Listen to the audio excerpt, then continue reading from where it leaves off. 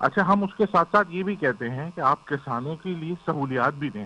آپ جن کسانوں کا درد لے کے آئے ہیں، جن کسانوں کے آپ بہت بڑے علمبردار بن رہے ہیں سندھ حکومت، تو کیا ان کسانوں کے بچوں کے پاس تعلیم ہے؟ کیا ان کے لیے صحت کی سہولیات ہیں؟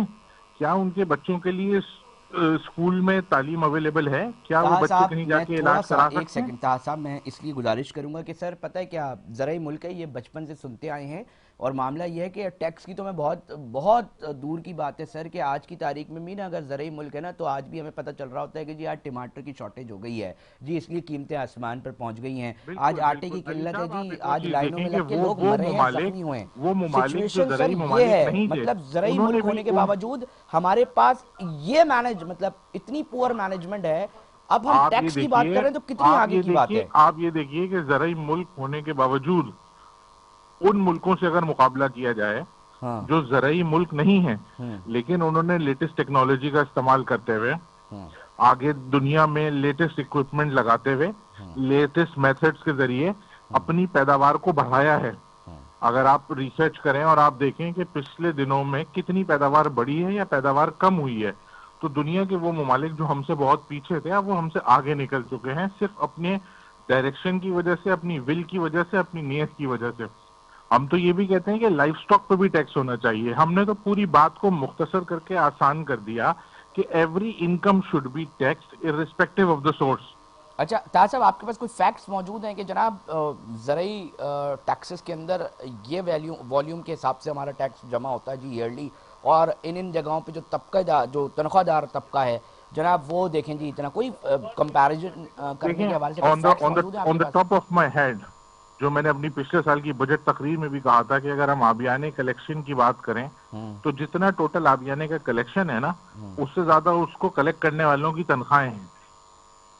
تو ان سب چیزوں سے آپ کو سیریسنس کا پتہ چلتا ہے، اور آپ کو یہ پتہ چلتا ہے کہ کیا نیت ہے حکومت کی لوگوں کو سہولت دینے کی.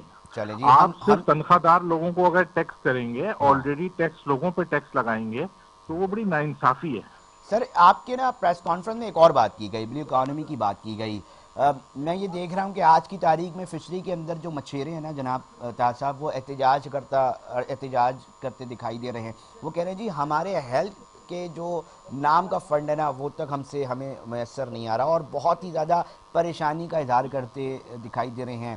ہم بات کر رہے ہیں آئیڈیلسٹک اپروچ کی اور ریئلسٹک اپروچ کی. جب ہم بات کرتے ہیں کہ جی ہم نے پریس کانفرنس کی اور سننے میں بہت اچھی ہیں آپ کی باتیں، ایم کیوں پاکستان کر بھی نہیں سکتی، وہ اس فیڈرل حکومت کے حوالے سے حصہ ہے، مگر جتنا اس کی پوزیشن ہے اس کے حساب سے ٹھیک ہے آپ بات کریں، مگر ان لارجر اسکیل اور ریالٹی اپروچ اگر ہم رکھیں تو بلیو اکانومی کیسے ٹھیک ہوگی سر؟ آج کی تاریخ میں جو آپ کا مچھیرہ ہے جس کو سمندروں میں جا کے اس اکانومی کے اندر اس کا سب سے بڑا کردار ہے، وہ تو رول رہا ہے، وہ تو احتجاج کرنے پہ مجبور ہے اور سننے کو تیار نہیں ہے کوئی.